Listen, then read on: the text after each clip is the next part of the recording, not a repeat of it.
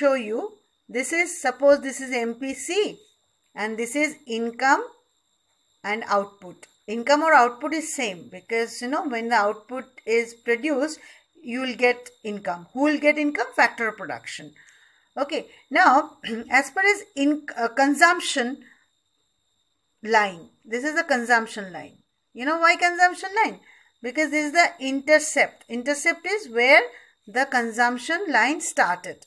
The consumption line, as you know, consumption is the function of income, or you can say that C is A plus BY. BY means B is the marginal propensity to consume. That means this slope is called B. B is the marginal propensity to consume. And this is called A. And this shows that even if the income is 0, even if the income, this is 0, income is 0, even if the income is 0, there is some kind of consumption. Now you must be wondering why. People has to survive. Even if the income is 0, people has to purchase something. That's why this consumption is called autonomous consumption, which is always positive. It will never touch 0. It will definitely higher than 0. That means autonomous consumption. And after that, consumption will start increasing. As the income increases, consumption is also increasing. This is what is your consumption function. Now, this consumption function is also could be called as AD, but you should add what? I. I means you should add investment. As you know, AD is equal to C plus I. Then it will be a aggregate demand, or in Keynesian word, it is aggregate expenditure. So now, when you know aggregate expenditure, what is aggregate supply? As Keynesian says that this is short run, that's why aggregate supply is always constant, and that is nothing but the income. This is nothing but the income. And he says in short run, income is constant. That's why the aggregate supply curve is always 45-degree line. 45-degree line. This is aggregate supply, and where they meet, that is the point of equilibrium. That means this income is what? This output and income is the equilibrium level of income and output, because at this level, at this E level, what will happen? This is aggregate demand also, aggregate supply also. Aggregate demand is equal to aggregate supply at E. That's why E is the point of equilibrium. Point of equilibrium.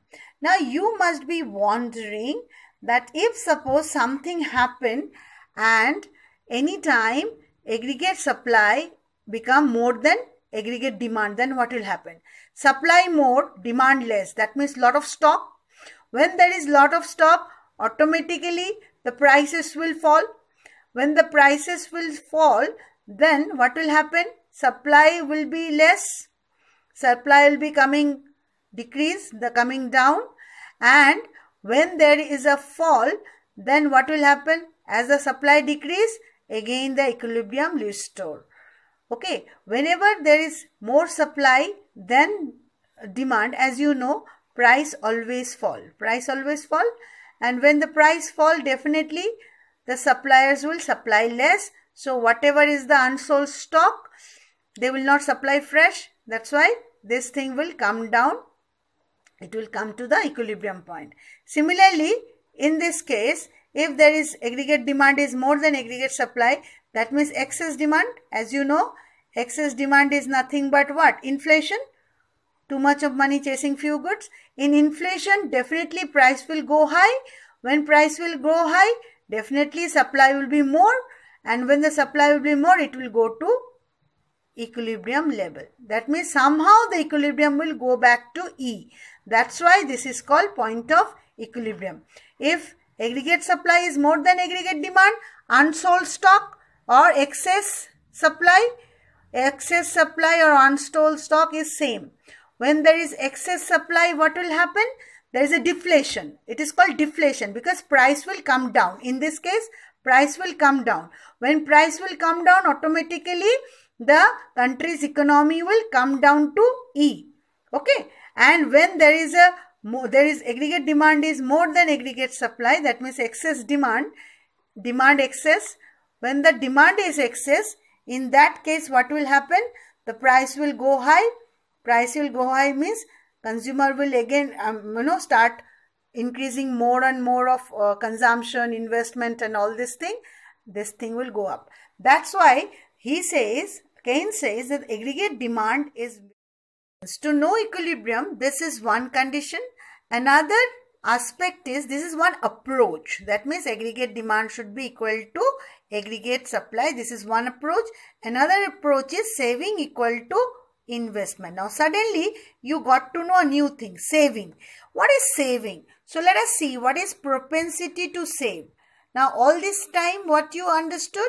You understood propensity to consume. Now students, when you have got income, either you consume or you save. That's why, as we just discussed, MPC plus MPS equal to 1. That means entire income either you spent in consumption or you spent in saving. That means marginal propensity to consume plus marginal propensity to save is equal to 1. That means entire income either you consume or you save. Now I'll show you a diagram and I'll show you the entire thing. Now as you know, consumption will never zero. I told you just now, because of autonomous consumption will be always there. A is always there, and as I told you, this is nothing but the MPC and it is showing as A plus BY. You know this. Now B is MPC. That also you know just now. B is nothing but MPC. Now students, just you see, this is income or this is output. Income or output. Now when income is 0, consumption is there. Slowly consumption is increasing, income is increasing. So now this particular point, suppose you have got only 0. When the income is 0, you are actually consuming something. How? You are borrowing money. You are saving. That means your saving is initial. When your income is 0, you have to consume something. That means you are telling that in future if I get money, I will give you money from there. That means you are borrowing. That means this is saving. This is minus. So this is minus. Okay. Slowly it will go and then it will go like this. That means initial time saving is minus. It starts from the minus. You call it as minus A. Since it is plus A, that's why it is minus A. This is minus A plus this is, suppose you make it as what? Okay, you make it as S, small s y. This small s is nothing but MPS, marginal propensity to save, which says that initially it is negative, then this is 0. Saving is 0 and after that saving will start positive. That means once people start earning more and more and more, initial though there is no saving, minus, and after that saving is 0, and once you earn more, that time you consume less, rather you save more money. It says that investment is always same in the short run. Investment is constant according to Keynes. So if I show you a diagram of investment and saving, how should I show you? This is your investment, which Keynes says it is always same, and this is your saving when it is 0, and after some time it will cut each other, and this point is the point of equilibrium, and this is also point of equilibrium, and they says that this point of equilibrium is the equilibrium income and output, and all this time investment is more, saving is less. Till this is in minus, and after that it becomes 0, and initially when the investment is more, production is increasing. After some time people will not invest. Investment is same, okay, investment will not be changed, but people will be saving more and more. That's why this is the point of equilibrium. Told you this is the second approach, saving equal to investment, where investment is constant and when saving is equal to investment, that is the point of equilibrium. And first was this AD and AS, which we just seen before, and now it is S equal to I. that we saw just now. Now you can merge together also. You can show together also. Page number 209. You can see together C is the consumption, but this is not your aggregate demand or aggregate expenditure. For aggregate expenditure, you need to do what? C plus I. But here just see where this is Y is nothing but what? Aggregate supply. Y is nothing but what? Aggregate supply.